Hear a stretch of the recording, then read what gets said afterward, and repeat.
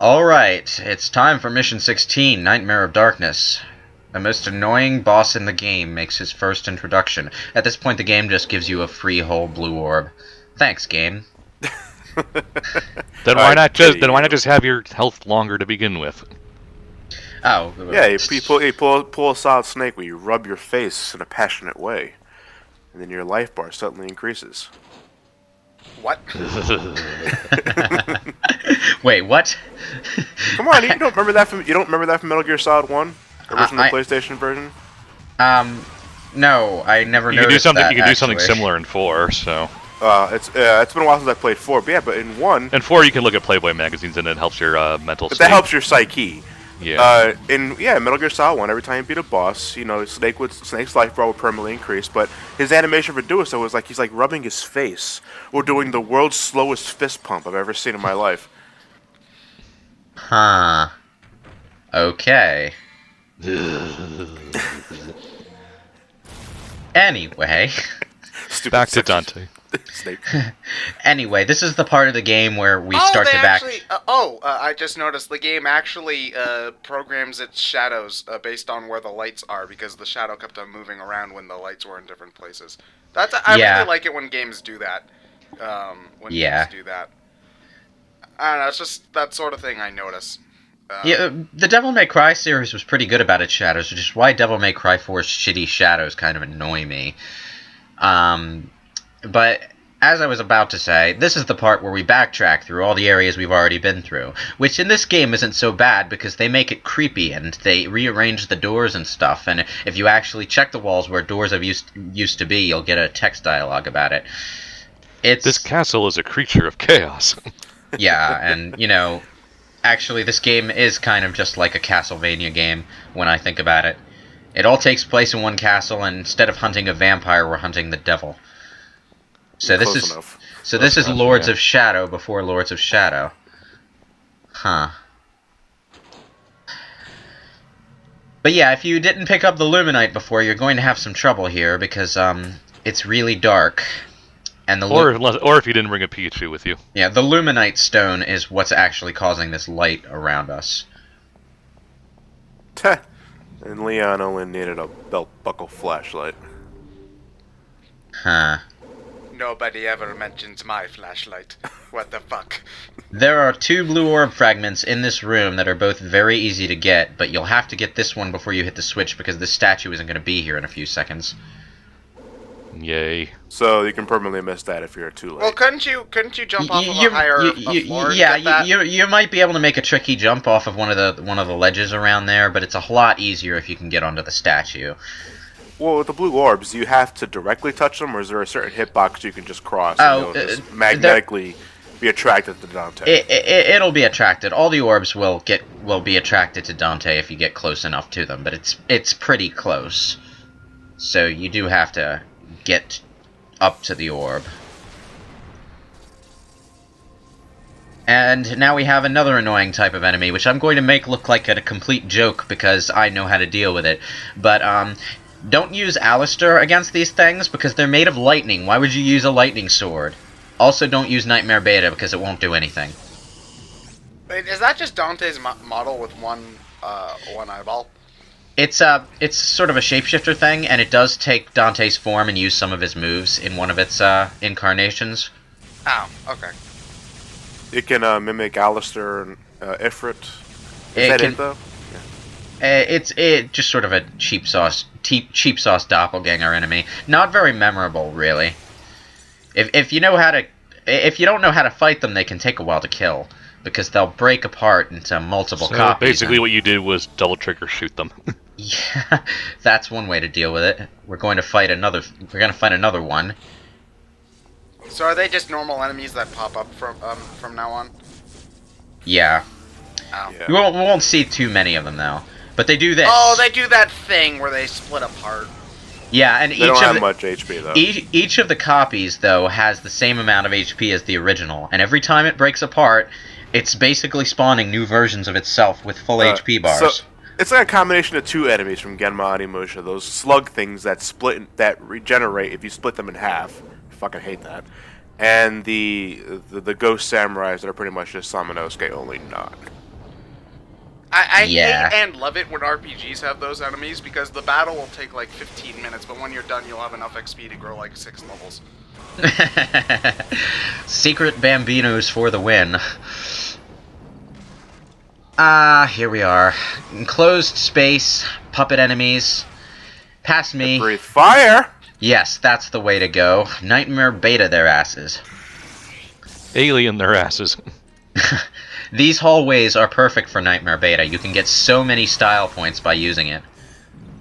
So use it. I thought you said the guns didn't. Oh, I guess. No, just the handguns don't, and I don't think you're going to get much style points from the grenade gun or shotgun either. But Nightmare beta, you can do a lot of combos in one shot if you're in the right kind of location. So you can actually get up to S rank style in one firing of that gun. It's really good. And you know what? Until I recorded this playthrough, I kind of neglected the damn thing, and I feel bad about it. There's a strong surge of evil coming from that bottle of water. Evil. Okay, that has to go onto my list of strangest sentences to be taken out of context in a video game ever. Well, that puddle of water happens to be the gate to the underworld. Show respect. Oh, I just thought Zane went to the dark side. Ladies and gentlemen, Nightmare. The fact that this shares a name with the Nightmare beta is significant because it's a weapon of the same sort of design. Underworld Tank. Was the Nightmare beta made from the excrements of this thing? Well, Nightmare beta the is design of sort the of gun a looks almost identical to the design of this tank. It's thing. a tank. It's a tank. It's an Underworld Tank. It looks like a tank made out of a garbage dump. Yeah. The trick is that big blue fuck me light is its weakness. To beat it, you have to activate these switches so that it will solidify and actually expose its weak point. If you don't, if you walk into the slime while it's in slime form, it will swallow you up, trap you in an alternate dimension where you fight one of the previous bosses in an extremely weakened state, and if you manage to beat that, you'll break out and take a massive chunk of its health bar out, but you don't want to do that because it actually takes a bit more time. Yeah. Like, when you say massive, like a third of its health, or something Like that? a little under a third of its health. Okay. Yeah, So you'd have to fight the other bosses 4 times if you wanted to, if you messed up with that. Yeah, Otherwise. in this round against Nightmare. Well, in this round against Nightmare, we're about to see what you fight inside it, but you fight a different boss during every Nightmare round. So this is the magma scorpion fighter. Yeah, this is Phantom. We're gonna fight Phantom. The second Nightmare round is against Griffin, and the third is against Nilo Angelo. It's always their weak sauce first round form, I think. So they don't have as much health as their final rounds. Well, good, because that would be annoying. This is also the only time where you see the one-eyed Sargasso too. It's just sort of this mutant super skull thing that's a little harder to beat than the other ones. I don't know why it exists though. So if you wanted to go for a full trophy run of the HD version, you'd have to purposefully walk into this thing then. I think so. I'm not sure if there's actually any reason to fight that version of Sargasso, though. Fuck you, fuck you, fuck you. Not handling this anymore. That's like walking in. You want to know what that feels like? It feels like if in the original Super Mario Brothers, the game gave you an invincibility star before you got to the bridge with Bowser. Just like, boop, no. If you try, well, it's not like Bowser's the final boss. So Okay, fine. It gave you an invincibility star right before that one Hammer Brother.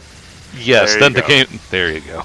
If you try going into the Nightmare absorbing thing after you've already beat the boss for that round, it won't swallow you, but I think it will damage you, so don't do that.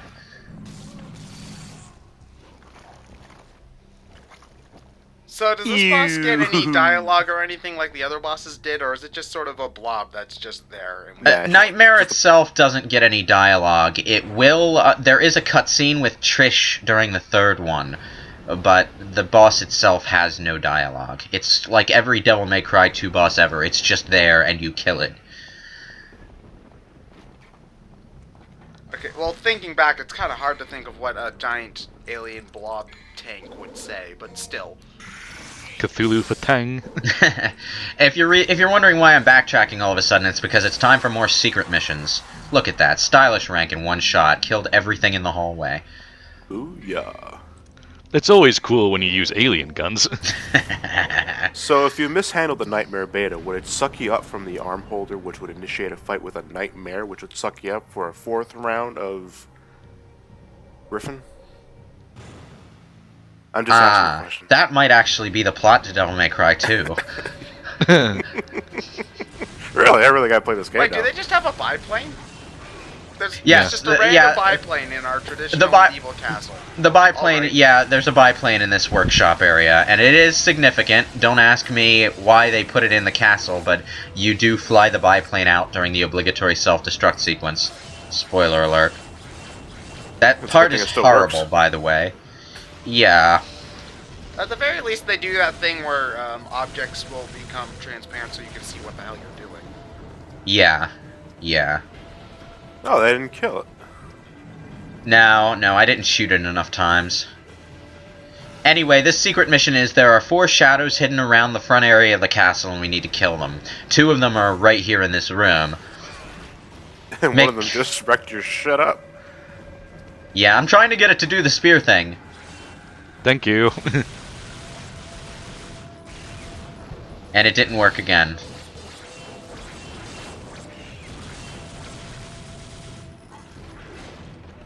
Do they get more attacks later on in the game? Because they're turning into an awful lot of different things. Like, there was that Venus flytrap thingy and such. No, actually no. These shadows always have the same attacks, and what attacks they use is actually based on what you do against them. Oh. So it's a counterattack sort of deal. Yeah, it's like if you're constantly shooting at them and trying to attack them, they'll try to get in close and devour you. If you don't do anything, they'll sort of stalk for a little while, and eventually they'll use their spear attack. Which I've been noticing you've been doing a lot of lately. For Yeah. the sake of critical hits. Well, it's an enclosed space, so I don't want these things jumping around trying to eat me.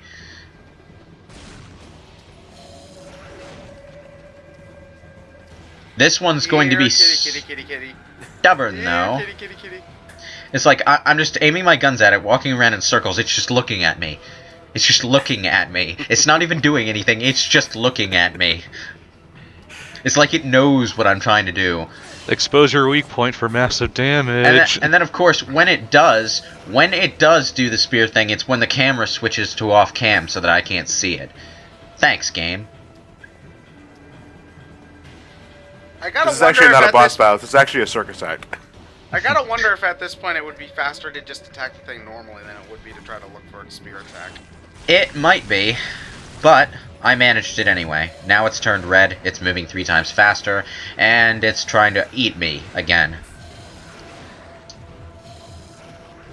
And you still haven't seen Gundam, have you? I know what the reference is about. Shut up. I don't need to see it, I have Wikipedia. Actually, TV tropes might be more useful if you're looking for, like, references and stuff. TV tropes is just Wikipedia with a crueler formatting system. And a better sense of humor. I hate editing tropes pages. Did you finally kick the curb?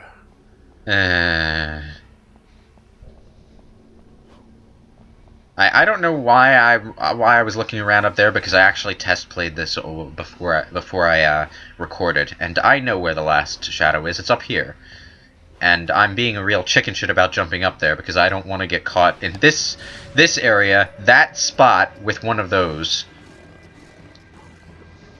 It's Fortunately, actually an enemy indicator. Your health bar automatically appears when you're fighting something. yeah. Doesn't stop you from being blindsided, though. No, you're right. Devil May Cry is actually really good about off-screen attacks. What they'll usually do is that when enemies are off screen, they're limited to certain attacks, and those attacks always have audio cues. Well, at least they're not gonna blindside you, Warren. Some players in Devil May Cry 4 will actually abuse the camera to get an easier, to have an easier time against certain enemies. Because you get them in a pattern if they're off screen. Yeah. You got a heart. Peace. Yep. I'm just imagining what would happen if that was Zelda. It's just like, you got a heart piece, and then just went... like the band just gave up halfway through the jingle. Record scratch. Alright, and there's one more secret mission that we can only do right now, so... Backtracking all the way to the Colosseum through the magic of video editing! Oh, we're getting George Lucas up in this. No, it's not George. No, George Lucas uses wipes. Yeah, so if it became like, if it like turned from a circle to a square or something like that, that would be super. Or if it just went from left to right. This mission is annoying. You're in a wide open area, and the camera will turn with you as you run around the Colosseum, but you can't control the camera. So if the camera gets in a really bad position for this, you're basically screwed, and you have to try again. They're laughing at you. If you don't skull joke, if you don't enemy step your way up those skulls in a certain amount of time, they'll vanish. So, yeah, they'll basically do that. They just quietly fade away. Quietly fade through the floor. And now I don't know where the door is. Where's the door? Camera, why can't I turn you? I have a right analog stick. You think by the PlayStation 2 days they would have figured out how camera was supposed to work? Yeah. Yep. Well, they don't actually give you camera control until Devil May Cry 3. Alright, we're done with the secret mission, so it's time to, actually progress with the story. You might have already answered this, but what do you get for beating all of the secret missions? You get max health. Well, it's necessary for max health. Yeah, there's a trophy for it in the HD collection, and the 12th secret mission gives you a full blue orb and the time freezing bangle thing. But you only actually need to do the 12th secret mission for that. Oh, okay.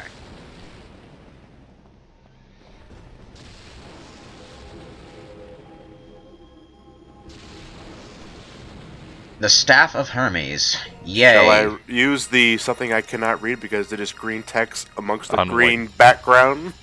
Yeah, Devil May Cry is a bit bad about that sometimes. Devil May Cry 2, I think, actually has the best text font for this sort of thing because all the letters are outlined in black. Black outline. I thought you can be read over anything. Yeah. I thought you said there was going to be Gothic font. No. Unfortunately, no. Anyway, we get ourselves a free untouchable up there and a blue orb fragment. Nice haul, considering we just had to take a detour into this bedroom for 3 seconds. Is there any other purpose for that room? Oh yeah, we'll be going back there in a future mission. Well, that has to be the most anticlimactic ending to a mission ever. Devil May Cry 1 is horrible about that. Missions just end, and I don't know how I got an S rank. I have no idea how I got that S rank. You jumped through that mirror like no one else ever did. I think the game actually graded me for using Nightmare Beta effectively. I'm not sure. Maybe the game's just really, really impressed with jumping through mirrors or paintings. So I assume that when the developers played Super Mario 64, it just said S rank all the time, every time they went into a level.